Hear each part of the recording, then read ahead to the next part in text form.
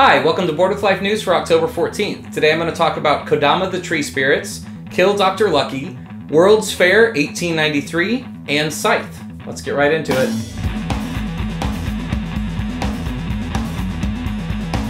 Hey, I'm Chris. Welcome to Board with Life News. So this past weekend was Essen, the huge game fair in Germany. So it's been a pretty slow news week because all of the news was kind of leading up to Essen and all the big releases and stuff like that. So because there wasn't a whole lot of new news this week, but there's a huge week on Kickstarter, all four of the games I'm going to talk about this week are currently available on Kickstarter, so it's going to be kind of a Kickstarter-focused news. So hopefully that's all right with you. All right, let's get into it. Up first, Kodama the Tree Spirits is coming out from Action Phase Games. It's designed by Daniel Solis, who is a pretty well-known designer in the web community, especially on Twitter and such. It's based on a design that he did about a year ago called Kigi. Yes, that's right. That was a print-on-demand game that kind of blew up. It had distribution in Japan, China, things like that. It focuses around basically their cards, and they have branches on them, and you play them to build a tree to please your Kodama, your tree spirit. And it's a very simple game, but beautiful. It's interesting that placing the cards, they can overlap in kind of any way that you want. They don't have to be, you know, like perfectly in kind of a pattern or whatever, if that makes any sense, but hopefully you understand. It's got really lovely art. It's got revised rules from the original. The guy who did the art is the guy who did the art for Catacombs, which I absolutely love the art for that. So that's really good. It's got a great theme. It's $19 right now on Kickstarter, so go back that if you're interested in that. Up next is Kill Dr. Lucky, coming out from Cheap Ass Games. I think this was their very first and still most popular game. It came out almost 20 years ago from them, which is pretty crazy. It's had a ton of different print runs and different versions and things like that, and they're bringing a new deluxe version to Kickstarter. The theme and kind of mechanics are sort of like the opposite of Clue, where instead of trying to solve a murder, you're trying to sneak around and kill Dr. Lucky, but you can't be seen by any other players while you're doing it, and all the other players play cards, and that is Dr. Lucky's luck, so maybe he's lucky and gets out of your attempted murder. It's a really funny, light theme.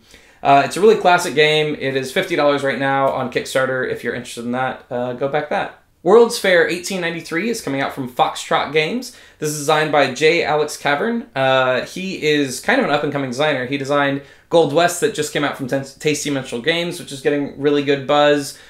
He designed Daxu, or Dachu, I think. I'm not sure how to say it. That's from White Goblin Games. It's getting a lot of buzz. Really interesting, good designer. Designs kind of medium, lightweight Euros. Really interesting stuff. And this is a light Euro. World's Fair 1893 is a light Euro. It has area control elements. Basically, you're trying to get your exhibits into the World's Fair, and you're doing that by gaining influence in certain areas. It's got a lot of depth without a lot of complexity, which is a really hard thing to do in games, but really makes for good games. And it is $29 right now on Kickstarter, so if you're interested in that, go back it. And of course, Scythe. This is maybe the most hyped Kickstarter game I've seen. It's coming out from Stonemaier Games. Basically, Jamie Segmaier from Stonemaier Games released an image of this about a year ago that was this kind of like alternate history Europe thing in like the 1920s where people are like farming with scythes, but they also have like animal familiars and mechs in the background, and people exploded. It's been so hyped in like the board game geek community, all that stuff. It's really exciting to see if it lives up to the hype. It's a 4X game. It has just unbelievable artwork. It's an engine building game with variable player powers and 4X and all sorts of Euro elements kind of combined into one. He described it a little bit on the page as Terra Mystica meets Kemet, which I love both of those games, so that's very exciting.